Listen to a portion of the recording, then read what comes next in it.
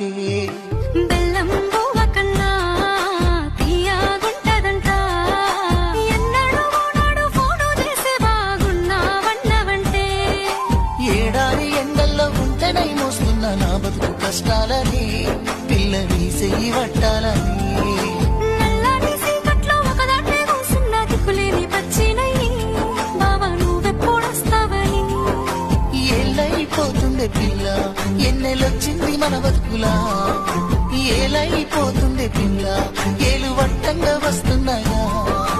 ఇన్నాళ్ళ ఎడబాటు ఎడవాసిపోతుంది ఈ సీనయ్య గుండున్నదే సినదారా నీ కోసము